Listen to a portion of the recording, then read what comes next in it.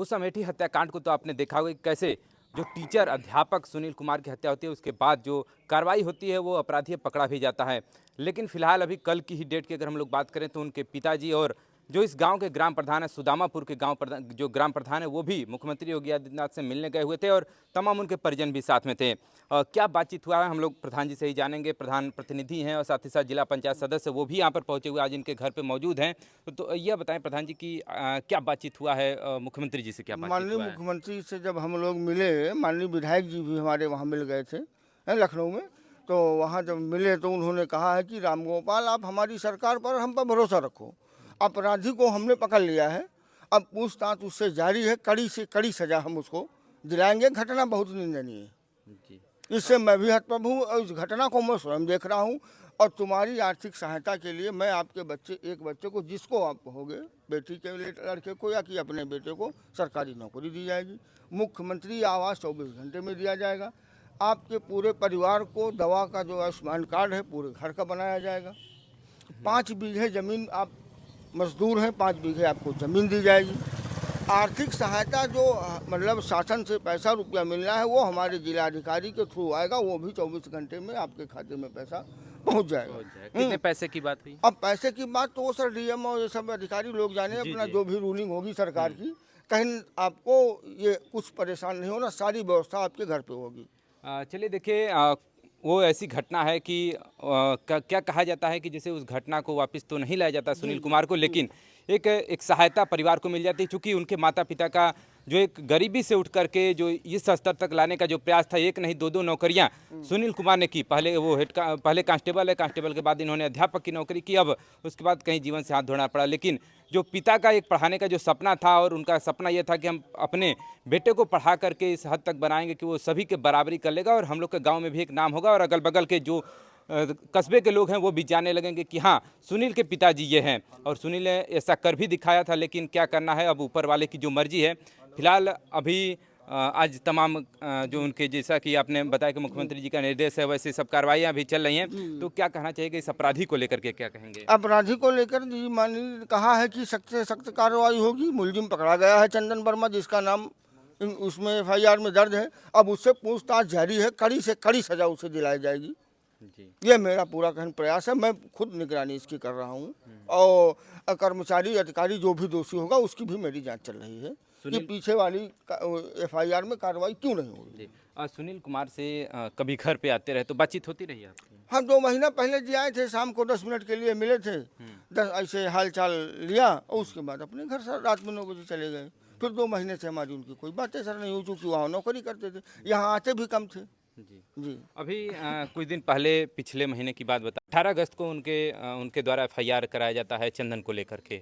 आपने सुना भी होगा, तो उस पर कार्रवाई न होना क्या मतलब पुलिस प्रशासन पर एक सवालिया निशान है और साथ ही साथ ये भी कहा जा रहा है कि अगर उस पर कार्रवाई हुई रहती तो इस घटना को चंदन अंजाम ही न दे पाता। बिल्कुल बिल्कुल, ये जो एफआईआर को लेकर जो आपने बात कही है, ये पूर्ण रूप से इसमें लापरवाही हुई थी जिस कारण से ये घटना घटी है।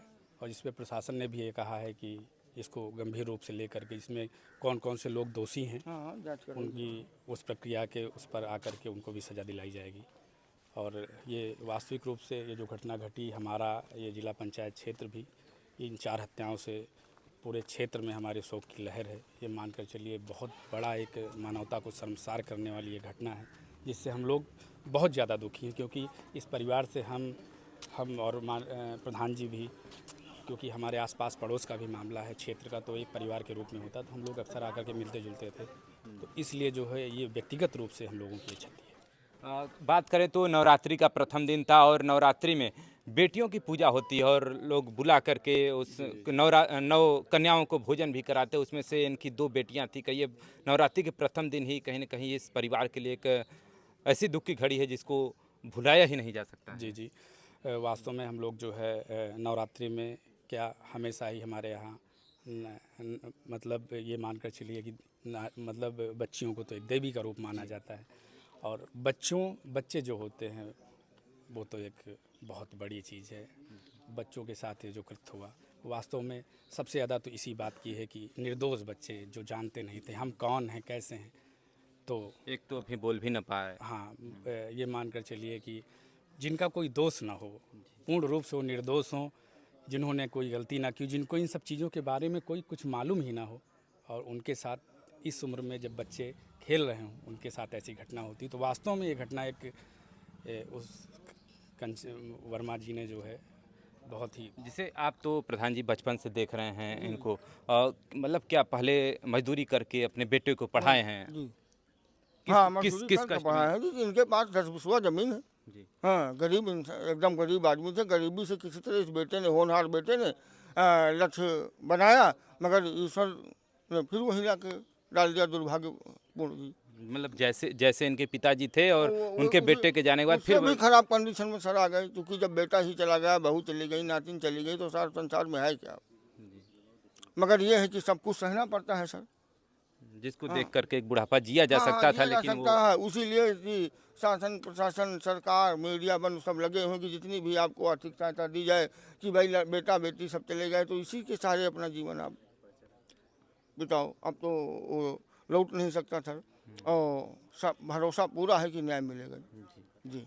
चलिए देखिए, अभी कल शनिवार की डेट में अब वो हॉस्पिटल से डिस्चार्ज हो चुका है और अपने कहिए जो कि फिर से दोबारा उसको बैरक में डाल दिया गया है। फिलहाल अगर हम लोग बात करें चंदन का, तो चंदन अब जो है कि रिलीफ होकर के अब जो है कि अब अपने बैरक में जा चुका है। लेकिन तमाम जब निकलते समय लोगों से उससे जब सवाल पूछा गया तो उसका कहना था कि मेरी गलती थी, मैंने गलती कर दिया। बेटी पर भी सवाल किया गया तो उसने कह दिया कि आखिरकार मेरी ही गलती थी, क्षमा प्रार्थी है। कुछ ऐसी बातें उसके मुख से देखने को मिली है।